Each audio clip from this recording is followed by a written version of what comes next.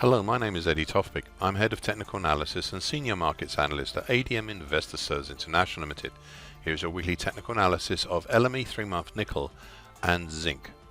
I'll start with LME 3-month nickel.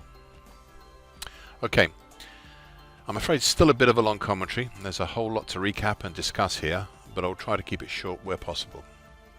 So, the same basic drivers are here, still at work, that have driven this market higher now for many months. The key patterns higher are the middle time, currently 17,460, and the upper time, currently 20,955, of the huge shallowly bullish 2017-2018 bullish shift pitchfork.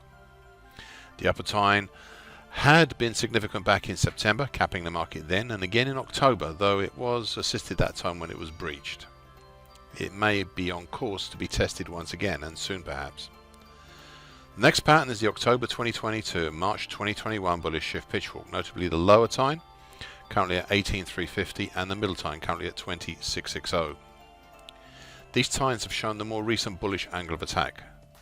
The lower time is support back in April, late September, and early October, in conjunction all the time with the slowly rising long moving average, currently 18,340.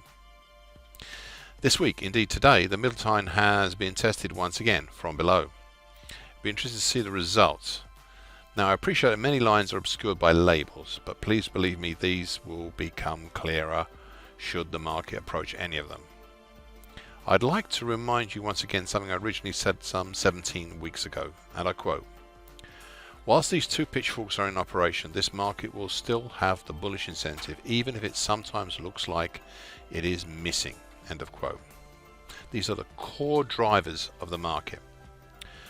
So moving to a more recent action, looking at the September action, a number of key features pop out. To start with, the high and low of September, which resulted in a monthly key reversal up for the month, also helped draw a new or newer bullish shift pitchfork, the April to September move.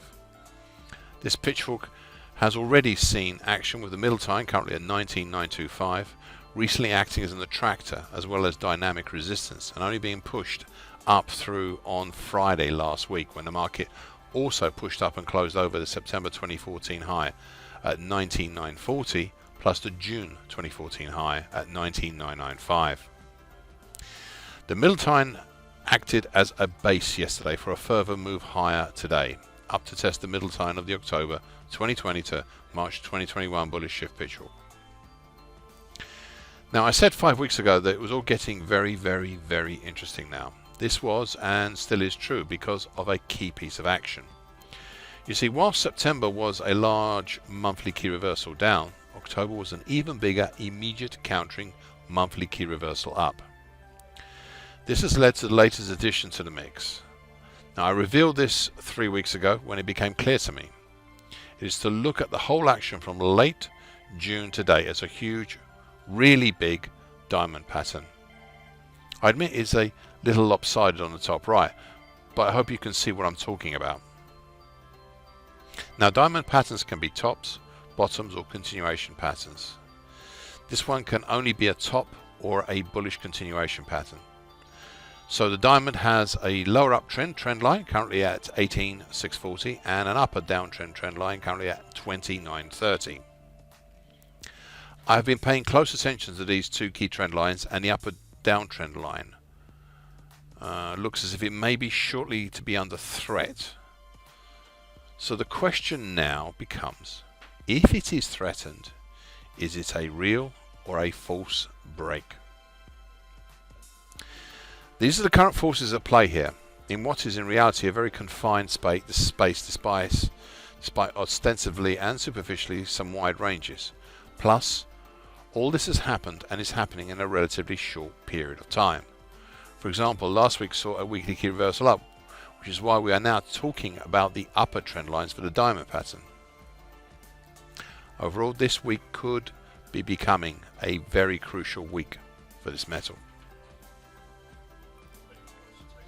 LME 3-month zinc. Prices had since mid-October been travelling down the far side of the mountain for about 3 weeks. Then, early 2 weeks ago, the price descent started to slow, prompted by a hammer pattern made 3 Fridays ago. This hammer pattern had in turn been prompted by the market at the time reaching to support the old May 2020 to date optimized uptrend, currently at 33.02, and the rising short medium moving average, currently 32.37. This optimized uptrend had previously shown the bullish angle of attack for many months before it stopped working in early October due to the market shooting up and making the mountain. Additionally, a little below that, we had and still have the rising medium moving average, currently 31.22, which at the rate it is moving higher will continue to be an underpinning to the market unless it is seriously challenged. This prompted a big question that I outlined 3 weeks ago. It is whether the recent action, specifically the mid-August to mid-November action, is a bump and run reversal top.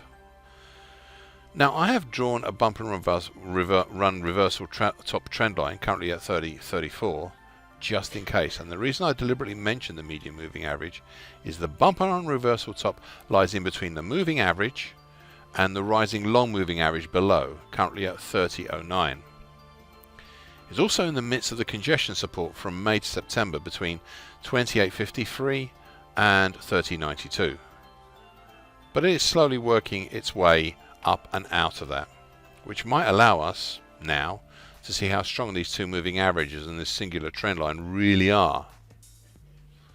However, this past week has also seen a seeming end to some of the indecision that came after prices stopped their decline at the May to 2020 to date broken uptrend attraction. That's currently, as I say, 33.04.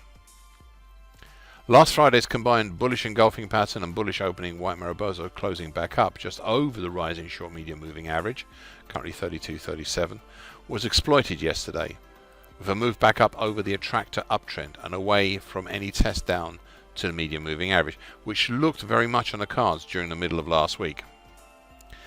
Today we've not had a follow through further. Just what looks like an indecisive doji cross right now. But the longer the market stays above the medium moving average, the more chance the bearish bump and run reversal top will fail. Possibly, just possibly, the dithering we've seen before a serious commitment, well, it may be coming to an end, and not in a way that benefits the bears out there. Thank you for listening. This weekly broadcast gives the essential market patterns and consequences. Please be aware of the risk disclaimer posted with this broadcast. Copyright is Tofpik and ADM Investor Services International Limited. And here comes the final bit.